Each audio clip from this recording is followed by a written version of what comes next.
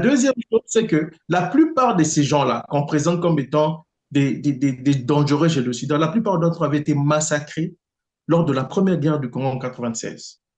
Je rappelle qu'il y a un rapport de l'ONU qui s'appelle le rapport Mapping qui parle de possible génocide à l'époque. Les hommes de Kagame avaient massacré les hommes, les femmes et les enfants hutus rwandais et congolais. Et on parle de près de 400 000 morts.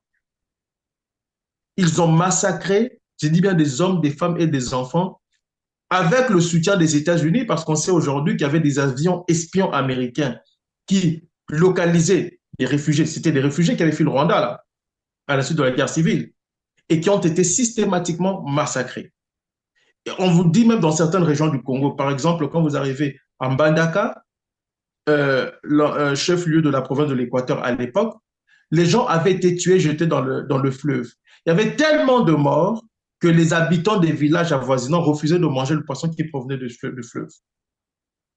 Et il y avait tellement de morts que même les Ougandais qui étaient avec les Rwandais, quand ils ont vu le nombre de morts, ils se sont dit, mais c'est bizarre qu'il y ait autant de morts. Les officiers ougandais qui étaient avec leurs amis rwandais, leurs frères rwandais, ont commencé à se méfier des Rwandais qui massacraient les Hutus.